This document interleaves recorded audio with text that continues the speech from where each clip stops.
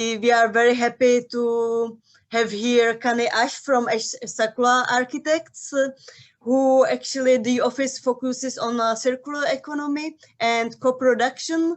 They are addressing a lot of social issues or social questions like community centers, co-housing. They work with co-design, very interesting office by she is giving a lecture to our module analysis of precedents is mainly because they are authors of chapter Art Center, which is one of the precedents the students are analyzing in this module.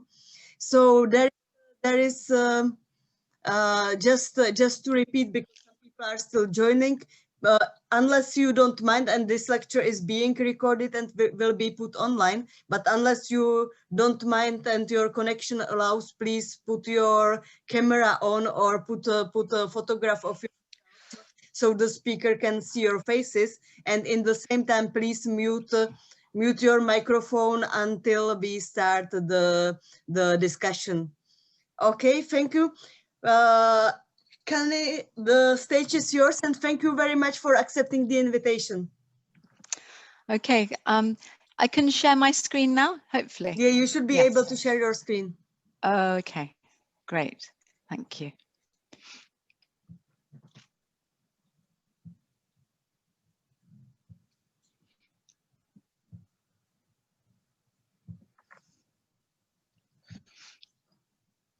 Might as well start at the beginning. Right. So, yes, it's very exciting to be invited to present a precedent study. I'm curious in the questions to find out what kinds of things you're planning now in your studio, and that will help us have a really good discussion about what relevance chapter might have to those projects. So this is a project which sort of took place in 2006 and was finished in 2009. So we're talking about something a decade and longer ago. And I think that the interesting thing is the big challenge for us with this project was actually reaching back much further into history to about the late 60s and early 70s, when the Chapter Arts Centre was born in the first place. So I'm going to talk about our biggest fear, first of all, with how this, how am I going to move on? Oh yeah, down here. So our biggest fear was that chapter was something quite special. It had a feeling of freedom about it, a feeling of inclusivity that you don't find in even the kind of hippest, art centers and cultural spots. I mean, that you do find it, but it's a rare thing. And we were aware that very often when a place is successful, it can attract funding, and then this space, which is feels to people like home, a second home, suddenly becomes like, oh, they've done it over. They've kind of flashed it up. They've stolen some of the ambience or something. And so what we wanted is to, at the top level of our priorities was to somehow carefully transplant the culture of Chapter Arts Centre into any new project that we did. And Yannick, who's the artistic director at the time, was very in tune with that idea. And so I think we had a particularly good architect-client relationship, where our concerns were not just purely visual. We were thinking about the auditory qualities of the space, the welcome that people got. So this was the old reception in Chapter, and it's forgive the fuzzy photograph. I don't know, it must have got downgraded somehow, but these these pictures sort of give you the idea of the kind of place it was. It was trying to be a really welcoming place with particularly at that time, you know, reception desks hadn't really quite taken on board people in wheelchairs and things, but this one had, and they were very clear about being welcoming to children, and that you know, you shouldn't be confused when you came in. So this was the first sketch that I did, and weirdly enough, most of what's in this sketch actually happened. It particularly this idea about a very generous, welcoming, almost airport-style concourse that would allow people to come in, feel the light streaming across the floor, see the light at the back, because prior to us coming in, this area, can you see my cursor, by the way? Can you see that? This area here was an outdoor space, and it was there was also an outdoor spiral staircase in it, and it was quite dank. Somehow never seemed to get much sun, and it was the place that the smokers went. So there was a sort of really big grungy back of house feeling there, which obviously had its charms, but it also cut the space off from its yard at the back and car park, which is this kind of bluish space. We wanted a reception which was kind of wide and generous, that the bar was never ending. Whatever you wanted when you went to the bar, you could have it, whether it was like a mint tea, a cake, a beer, a coffee, a whole sort of stew. That there was a feeling that, you know, even if your group had drinkers and non-drinkers, people who were hungry and weren't hungry, you just queued at different bits of the bar, and everything came together like magic. And that's not often the experience in a pub, if anybody can remember even going to a pub. But they had a problem, which is that this is the entrance to the old chapter, and really it felt like a mouse hole. It lost some of the glamour of its previous glamour. I mean, the craft of its previous glazing, because it had been like double glazed, but somehow it lost its it lost the feeling of the old building, but hadn't really found a new form of expression. So what we suggested doing was making this wall here at the front, knocking out all of the windows down to the ground, so you could like walk through those windows, and that there was, in a very chapterish way, that you didn't have to decide which door to go in. There was whatever door you fancied. There were 3 doors that all worked. And so what I'm going to talk to you about now is this facade here, what the importance of this facade, because this is in a back street of Canton. I don't know how many of you have, or whether you can put that in the chat, how many of you actually been to chapter, but it's not sort of in a really obvious part of the city. It's a kind of speakeasy, kind of like find it if you can thing. And that's fine, but we wanted to make it, once you got there and you had found it, we wanted it to be really welcoming. So we, I'm going to talk to you now about this carpet that we made in front and this facade and how they work together to do that welcoming. So this is a picture which kind of shows you how those windows were dropped to the ground, and we did the same thing with the windows above to make a kind of 2-part colonnade. But the kind of magic is that sometimes you don't really see the upper colonnade because in the daytime it's covered with a big light box. And this light box is a changing artwork which is curated by chapter, and it's now got a reputation as being a really interesting place to show your work, or it's a challenge that's thrown out to the art world. What can you do with that? And it's a very simple technology of just pasting plastic onto the very thin plastic, it's not too evil, onto the external face of the glass, and you can see they're installing one right now, and that's it when it's finished. Now, I think for a lot of architects, this move would have, of the light box and the and these entrances, would have seemed a little bit crass. You know, you see the way that the light box, it just kind of like smashes into the building on the left-hand side. It's not a hugely refined transition even between the entrance facade and this box, but it does give you a space inside to loiter outside the theatre, and it gives you this bigger canvas to play with as an artist. So that's it. When in the evening you can see through those flies, and this is the light that comes through into the theatre lobby through that screen, just to locate this thing.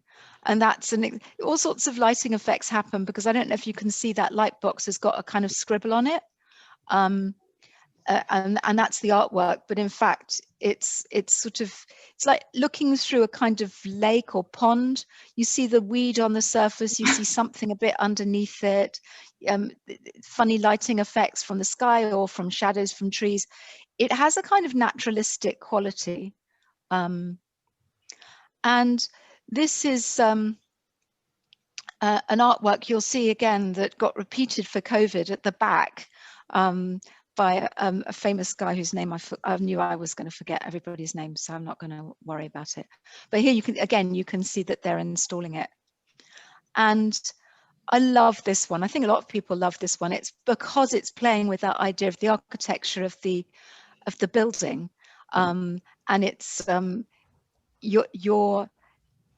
you're her on the roof looking at the building, but you're also yourself looking at her looking at the building. And there's also some kind of quite simple confusion, I suppose, about scale and about perspective that's very surreal and enjoyable and kind of mad and very chapterish. But then sometimes people put stuff up that actually there was a lot of people just on social media saying, I just don't get it. You know, what's funny about that? What's interesting about that? What's anything about that? And, you know, so it gets people talking as well. I mean, I find that doesn't completely, you know, it makes you feel stupid, this artwork, because you're not sure what it's trying to do.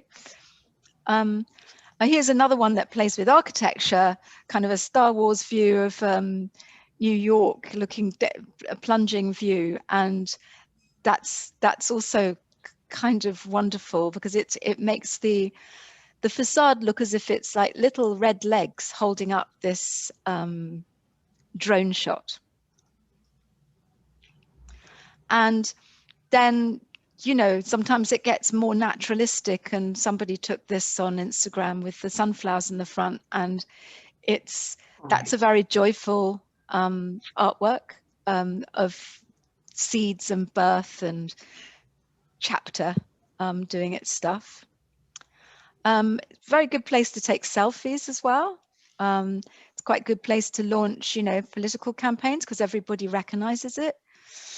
It's also a really good place to front stage bicycles and say, right, this is a forecourt, but it's not actually a forecourt for any deliveries except by bike. And there's it's actually more of a performative space. Just those funny the difference between the white tarmac and the black tarmac. Black tarmac has white chippings and the white tarmac has black chippings, is that it feels like a game, and that, you know, these people who obviously decided what socks to wear that matched, and they're a band, and they needed a kind of a territory on which to plant themselves. And it's really exciting that not just the light box, but also the carpet is recognized as being something. This is a musical that was performed there. You can see it was actually part of a musical season they had there, and they were there were workshops you could attend to learn how to be in a musical. And so this sort of was a workshop that ran through 1 week. Apologies about the, nobody else is here.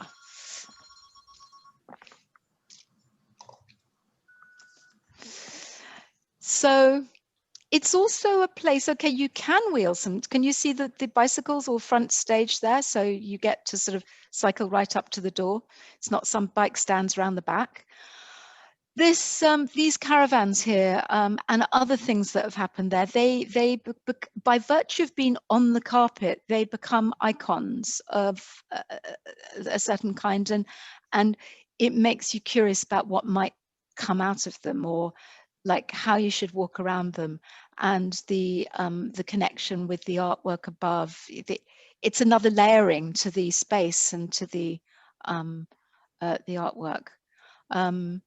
Here, this looks very COVID-y, but it was quite a long time ago. This whole idea about surviving a pandemic. Okay, we're stepping inside, folks. This is the sun when it's streaming in, facing you know, in the morning, which is a great thing. And it the letters of chapter get stretched across the floor. It feels like a new beginning. The carpet comes inside. You've got a nice low, very long reception desk. So, and all of the writing is in Welsh and English. And we kept as much of the existing building as possible. So where we introduced a new element like this reception desk, it was again a bit like the caravans, another layering to the found space that we got, and where there was a question of like, oh, why would you want to retain this? Do you see this pale green screen behind the reception? We were adamant, well, we had to fight for that this screen was kept, because behind it there's a shop, and there was this idea, oh, well, people will need to see into the shop to know there's a shop there off the gallery. But actually, it works quite well for merchandising, and it's just a bit of the old building that framed in with this ticket office framing, which is like a quite theatrical with the way we've done the lighting and the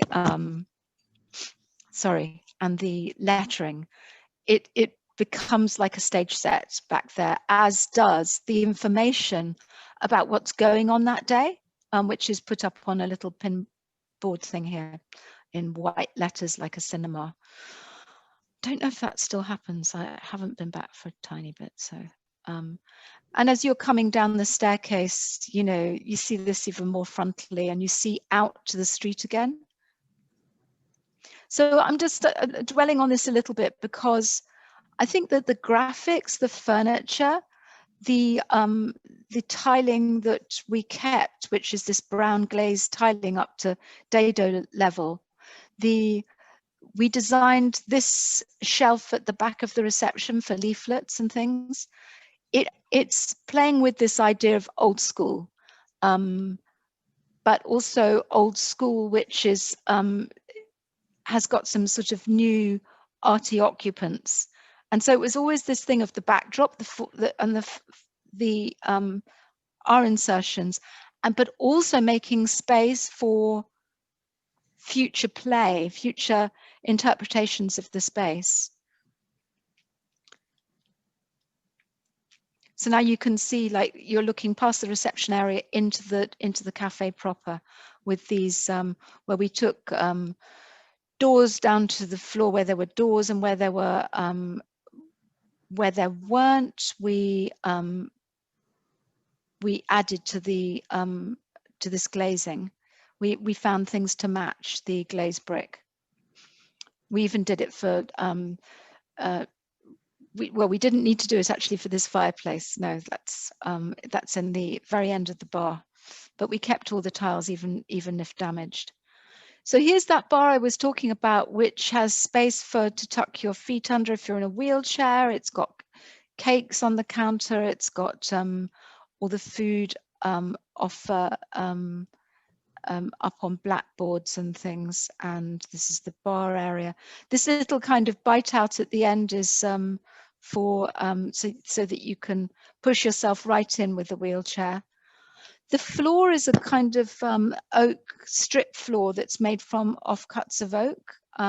That's some of you might know as a material. It's very popular in Germany, especially in public spaces. This is the Kutsch. When you go right round the bar to the very end, you get to that fireplace that I was showing you here. And that's the kind of place, feels like for the regulars. The artwork, because the other side of this wall with the mural is the art gallery. And the art gallery takes over this wall as well as part of each show. So you're often sitting in quite dramatic spaces. Sometimes they're just little tiny drawings, frame drawings, but sometimes the whole space feels quite transformed, as you can see with this one as well. That's the Kutsch again.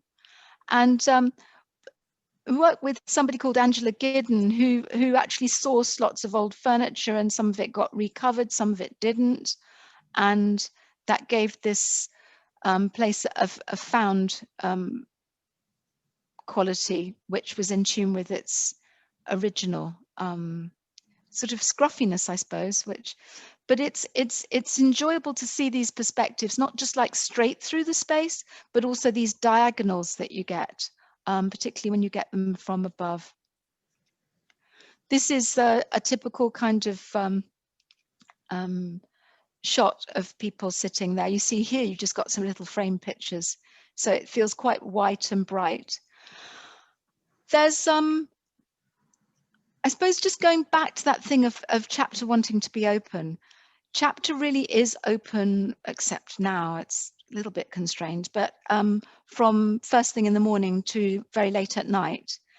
And that's its purpose. It's a public space. It doesn't feel like you had to buy something to sit there, or you had to go to a show or do a ballet class or be working in the building, because there's studios there too.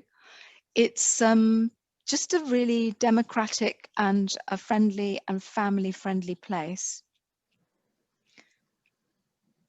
And you see, like in that last picture, we have these kind of light fittings which bring the light a little bit further down, almost like in a mosque or something, when you get a layer of lights all set at one level. That also becomes a sort of another datum for people to play with, just like with the artwork on the walls. You know, this changes the feeling of the space totally, putting up these white pendants. And a lot of bands like to take their pictures in Chapter, because it's a sort of, you know, it's a cool place to be playing. It's just another view. This, on the right hand side of the picture, you see that's the entrance to the two cinemas, where you can see those screens on the right. And there's a big sort of mirror here, which is a diagonal one. I think they've taken it out, but it was like a great thing for confusing you. Right, so we wanted the cinema to look like a cinema, like really obviously like a cinema. And I think that's, a lot of our colleagues in architecture would think that's kind of tacky, but this was a venerable sort of copy of one from Stockholm in the 1920s. And we just wanted it to feel very red and very obviously cinema. And you can see people use it in social media to say, yeah, it's a Chapter, because people recognize the red curtain and the lighting. So now I want to go out to the yard at the back, because this yard, which used to just be some storage sheds and containers off the car park, becomes a less formal side to Chapter. It's a place for the artists to hang out. So it's a place for everyone, but people tend to find their corner. And so I'm swinging the whole model around, and now we're looking from the back. And in the back, there was we had this idea that we would like to use. Do you see these figures painted on the wall? That's from the 70s. And we wanted to put outside the back door, we wanted to put 3 of those figures painted onto the tarmac, because that was kind of funny. Like the 3 guys who got there, we cut them in half, you know, at their midriffs, and we wanted to honor them as whole figures on the ground. But instead, it was deemed that we needed to do this safety pattern here, which was kind of awful, but it's faded now and it looks all sort of quite soft and on purpose. It's funny that it's a place that you know, as I say, like people, it's a humorous place and people like to show that they were there. And I think those were two artists playing right at the now. That's what they've done with the back, with this artist's work, just to say go round to the front now, because it's we've got a pandemic and we can't let you in both ends. This is advertising a puppet show, pre-COVID, obviously. These are some of these figures. This is the other side of the car park. You know, they're almost like Neolithic, these things. They speak of dance and hip hop in a way, but they also speak of something which has survived a long time. This talking about circular economy and things, actually the what was meant to happen, you see where these stripes of wood are around this framed beam, that was all meant to be done with like just offcuts of wood from the project, you know, like taken out of skips. But so we did some drawings, quite careful drawings, but then the builders, who were not that empathetic, just said, look, we're not going to spend our time like doing jigsaw puzzles for you. So they put in these strips of wood, just saying, you know. We made this, this is all kind of quite simple, this glazing that opens, but this thing here is a draft lobby, and it's just, we did design that quite carefully. It feels a bit like a special TARDIS-y thing, so that when you walk through, you're in a different world. This is like, we kept this roof at the back that was there, and we, okay, sorry, this is a bit out of order. Sorry, here we go. There's the TARDIS-y thing that you walk through, and we put sort of yellow glass in there so that you felt that transition. This was a fig tree, but you can see, you know, it's basically just off a car park, and we wanted to make it feel much more like a rural part of Chapter with all of this wood, and now it's got a lot of vines in it, and some of the trees survived, and it does feel like a yard more than you know, a pub garden. It feels quite sort of strong because of the concrete floor and the game of skylights I really like against these windows.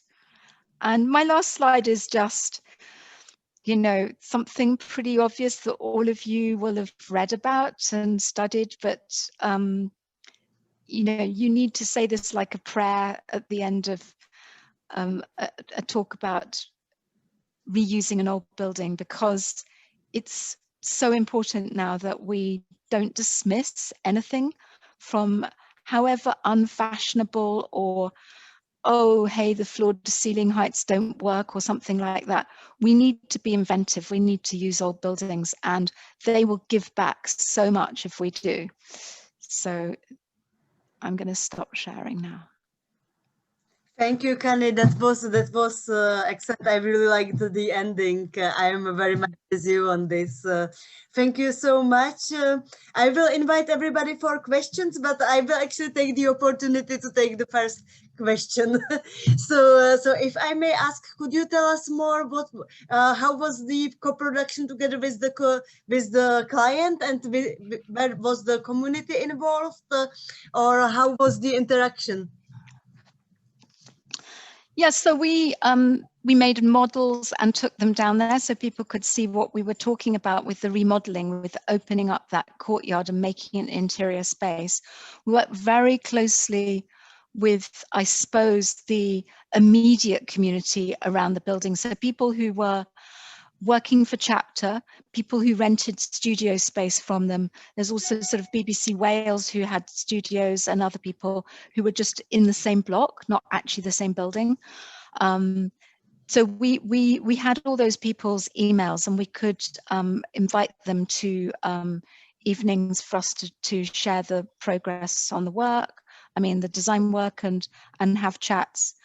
That then, you know, there was a few days when weekends around film festivals where we were able to get in. They did morning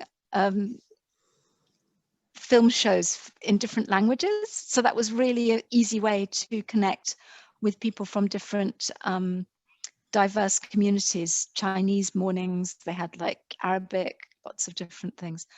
And then we just put out leaflets in the high street, said, come along, you know, we got an open morning. So then when it got built, there was another kind of whole phase to that, which is Chapter were very, you can hear I'm quite in love with the place. I think even though all the people have changed, there's a sort of ethos there, which is so strong. I think it carries through different, you know, changes in staff and different funding regimes or whatever. So they said, we have had some complaints, because they were inviting complaints. You know, there was a leaflet on the bar that you could fill out about the acoustics. And we'd thought quite a lot about the acoustics. We had black foam about that thick on the ceiling, so that even when the cafe was full, that it wasn't just an echoey space, but it wasn't quite good enough for people, older people who probably my age, a bit hard of hearing and things. So we doubled up on the foam on most places, and that did the trick. It changed it quite significantly. So that's one example. The other is, like, you know, we were saying, oh, we thought there should be artist gardens, you know, where people who are very interested in working with plants and experimenting with nature and plants and art should be given plots on the side of the building. And that was always seen as like, oh no, but we're tough, you know, we don't want to look too garden center. But now that I think they're doing it, so sometimes like ideas you plant, they come up later, and they've probably, somebody complained about the mirror, I think, and they took it down, the big mirror that was there. So I think they're responsive to how people feel in the space. That is a very good comment, and that is very good for my unit, because what I'm always saying is that the building gets designed when it's built, not before. So because it gets co-designed with the real life. So it is specifically important for my unit, but I think for everybody it's a great explanation. Thank you so much. I'm ready to take questions. Please, as long as you can and don't really mind to be recorded, put on your video and unmute yourself just when you are asking questions, because otherwise we get echoes. I've got a question, Cany, if that's okay. It's Ed Green here from year 2 on the BSc. It was really nice to hear you talk about a project that gives a huge amount back to that particular part of Cardiff, you know, and it's one of those kind of jewels in the city that continues to feel really successful and loved by the city. And we're talking probably in a couple of months' time in year 2 more particularly about third spaces and about how few real kind of third spaces there currently are. And it's lovely to go back to Chapter, you know, any time of day, any time of the week, and it always feels like there's this kind of consistent group of, you know, the sort of locals that you described using those spaces in a kind of a fairly kind of ungoverned way. So it feels really, really successful from that point of view. I know that Chapter have got plans to kind of expand on what they're doing and to take territories like that car park that you described to the north of the sort of thoroughfare that cuts through the project and do more with what they've got. I've also heard people talk about concerns about it becoming more commercial as a place and kind of losing some of the kind of the sense of where it came from, which feels almost inevitable in a kind of a gentrification sort of way. I wondered whether that was something that you were conscious of going into the project, the need to kind of preserve the ethos and not make it something else by producing a really, really successful project. Interesting. Well, they did triple the takings in the bar, which helps, you know, heat the building. I mean, it would be nice if they would like, well, the budget was very tight. You know, it was, can't remember exactly, but 1.7 million or something was kind of quite a lot that needed doing just to keep it safe because it had been fallen to some disrepair. And we could have just repaired because there was so much to do, but because they got lots of surveys saying that the electrics in the upper studio spaces were really dangerous, and you know, this boiler wasn't going to last another, you know, whatever. So we did do the boiler, but I think a lot of stuff just became let's just shut the door on that because it's actually working really well and it keeps the rents low. There's a great deal in what you say about you know, this fine line between making a place more and more of what it is and then somehow losing the soul in the process. But frankly, I think they could build on that car park, be great news. Our original plan built on the car park because, you know, who needs a car park? But I think, you know, we're talking, you know, 14 years ago, that's a lifetime, isn't it? And I think that people understand now that disabled people might be anyway not driving their own cars. They will be very likely dropped off with an Uber type service. So I think that argument that you need the cars, you do need loading, but it'd be great if they made more studio space, if they stacked it up 3 stories and there was more people who could join this cluster because it is successful. And then out the front, we used to call it the assault course because in the 70s, they built all of these kind of rockery type raised planters. And instead of it making it feel welcoming, it just felt like it was like a lot of things to negotiate around. So that's why we were really clear about our big carpet. We got rid of 2 or 3 of those rockeries. But there's still some left. And I know there's the kind of, this is all, has to be designed really carefully because it's what you see when you're coming up the approach road, whose name I can't remember. But it could be great to put a building there. I think that AOC won a competition to, in fact, obviously we competed, but they beat us, Jeff Shearcroft, to do some building in the front there. And it looked good. I mean, maybe it wouldn't be what we'd do. I mean, I think what we'd probably want to do at the front there is to do something which was quite a lot of petite things with where people could build their brand, if you like, around their cultural production in a more marketplacey type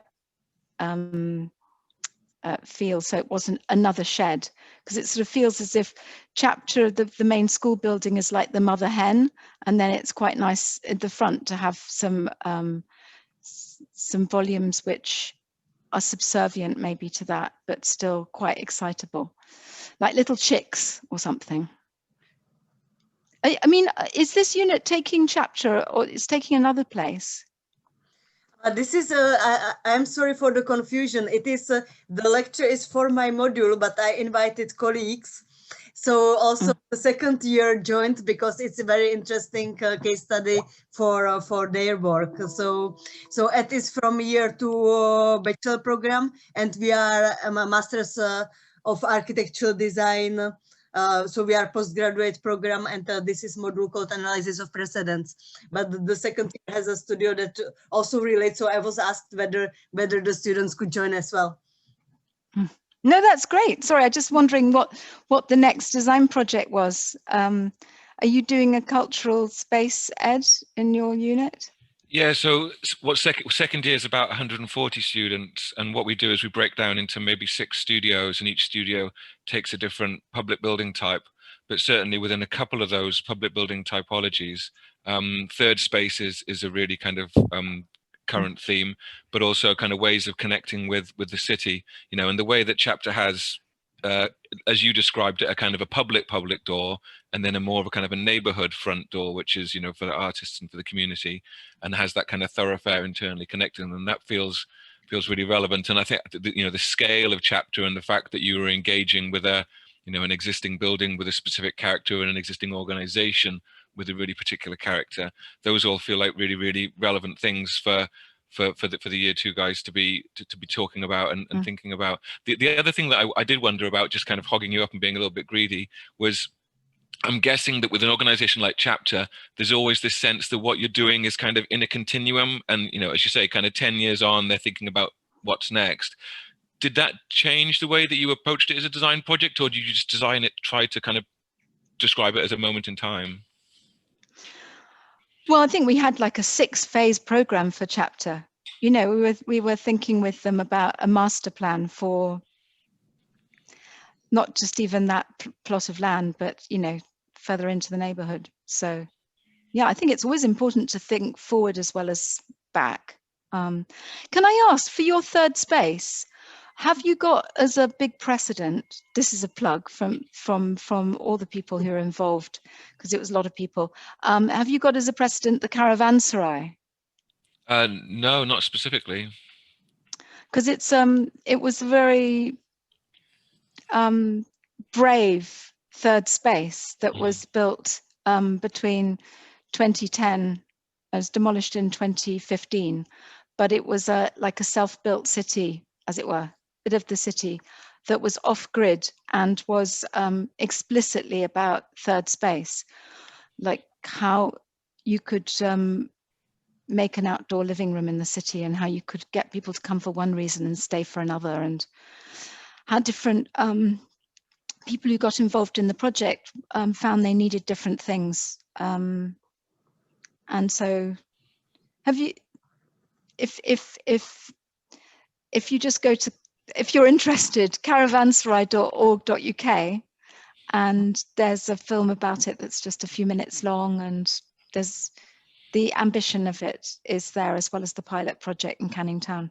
Yeah, thank you for that. We'll definitely share that. That's a really good suggestion. Yep. The other thing that I think when we've gone back and we've kind of worked around Chapter in past years, the other thing that we found goes back to that thing you said about it being a kind of a bit of a mother hen. It feels like there's an awful lot of things happening in that area of Canton, which are much less established and much less kind of formalized. You know, like there's a boneyard with containers, and there's all sorts of kind of pop-up print houses and pizza places and things like that. And it feels like there's something about Chapter's presence which kind of supports those more informal things happening in that neighborhood by having a kind of a critical mass, which is kind of really nice to see as well. Yeah, that's sort of true. Let's get questions from the students. It shouldn't be teachers taking the space. Unfortunately we have only last. No, we've got 5 minutes, so let's hear some. It'd be great. So please, students, ask questions. Yeah, I have a question. Excellent. Hi. So thank you for that, first of all. I wanted to ask, when you were designing the the refurbishment, or I don't know what you'd call it, were there any things that you immediately knew, like, no, that's off limits, like we're not changing that, or was there any were there any things that had a bit of a conflict because maybe, like, from an expert point of view, you knew it had to be changed, but the public kind of loved it, or, you know, like, was there ever a bit of conflict, and how were those things resolved? I think it's always contested space when you're restructuring and spaces in an existing building. There's like mainly you need to be sure about how you're spending the money and where you're not going to spend the money. So in chapter we spent quite a lot of money on that floor, and you know, it's not as it's not always easy to get that through, but they've had family days there where they've had grown-ups on dog leads and children marching them around the floor. And I think it's because the floor invites them to do that. It doesn't feel like just a whatever kind of floor. It feels like a territory.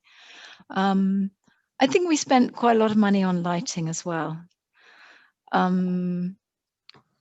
But we didn't spend money on a lot of fancy things. When quite a lot of things were quite, you know, done very cheaply. Like I think the loos were all done very cheaply with plywood and things. So I don't know.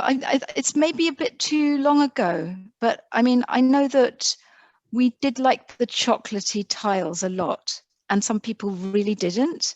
They wanted to get rid of not just the purple paint and the pistachio colored paint. They wanted to get rid of those disgusting brown tiles.